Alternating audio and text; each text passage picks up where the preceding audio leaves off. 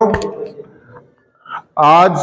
हम जिन कंपनियों के बिहाफ से आए हैं उन कंपनियों की लोकेशन, नाम, वर्क कल्चर, पे स्केल क्या रहता है और क्या क्या फैसिलिटी होती है और वर्किंग से रिलेटेड जानकारी साझा करेंगे। तो सबसे पहले मैं आपको लोकेशन के बिहाफ से आपको बता देता हूं। जो लोकेशन रहने वाली है वो आपने रेवाड़ी डिस्ट्रिक्ट हरियाणा का नाम सुना होगा, जो कि राजस्थान के बिल्कुल टच में है। आज हम जिस लोकेशन पे है इसका क्या नाम है? गूडा, है ना, झुंझुनू के पास। तो यहाँ से मैं भी 150 किलोमीटर गूगल मैप पे मैंने भी देखा था, तो इतना डिस्टेंस है। और दूसरी लोकेशन जो रहेगी वो रहेगी नीमराड़ा। तो वो भी आपको सभी को पता होगा, इंडस्ट्रियल हब है, जापानीज जोन है कंपनियों का, वहां पे भी हर तरह की कंपनियां है। तो जो नीमराड़ा लोकेशन में है उस कंपनी का नाम है सैंडन विकास। ठीक है, क्या नाम है कंपनी का नाम? एक बार बोलो आप सभी। सैंडन विकास। आप गूगल पे, नेट पे, कहीं पे भी सर्च करोगे तो कंपनी की पूरी प्रोफाइल निकल के आ जाएगी। उसमें अगर बात करें किस तरह का बच्चा काम करता है, क्या प्रोडक्ट बनता है, हमारा काम क्या रहेगा, तो उसमें मैं बता देता हूं। जितनी भी हीरो की मोटरसाइकिल बनती है, जितनी भी हीरो की मोटरसाइकिल बनती है तो उनका चैम्बर होता है, चैम्बर जिसमें रिंग, पिस्टन, सारी चीजें होते हैं। तो उसके अंदर क्या है, सैंडन विकास के अंदर वो चैम्बर बनता है। उस जो भी एक तरह से कास्टिंग यूनिट है, ठीक है, हल्का काम है, सारा ऑटोमेटिक है, सारा मशीनी है। आदमी को कोई भी इस तरह से नहीं कि आपको डायरेक्टली कुछ ऑपरेट करना है। सारी एक तरह से जो भी मशीन है वो फुली ऑटोमेटिक है। बस उनको आदमी को क्या करना होता है, ऑपरेट करना होता है। यानी कि जो भी बच्चा होता है या कोई भी काम करता है तो उसको मशीनें क्या करनी होती है, ऑपरेट करनी होती है।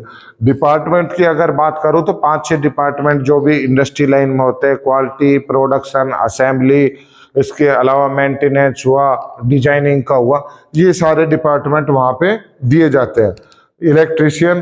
इलेक्ट्रिशियन की वर्किंग के पार्ट में दिया जाएगा बच्चा। जो फिटर वगैरह से होगा वो फिटर की तरह की वर्किंग पे, वो वहां पे प्लांट बेस्ड डिसीजन लिया जाता है।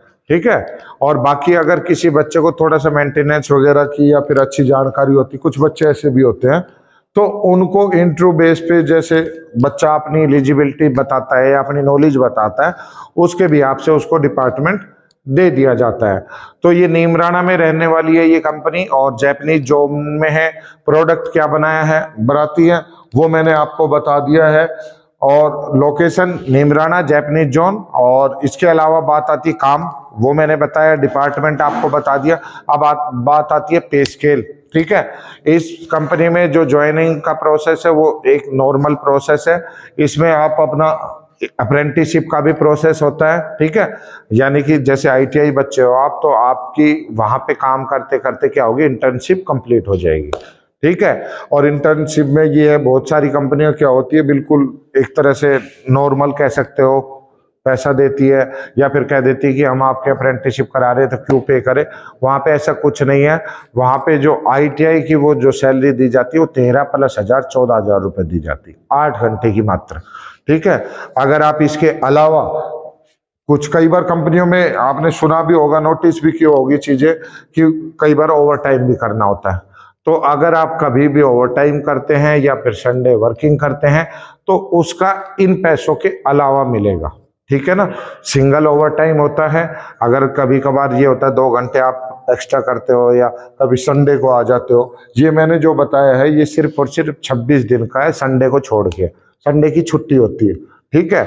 और जो अलग करेंगे, कभी संडे को भी आया है या फिर ड्यूटी आवर्स के बाद किसी ने किया है, तो उसका अलग से पे आउट रहेगा। ठीक है।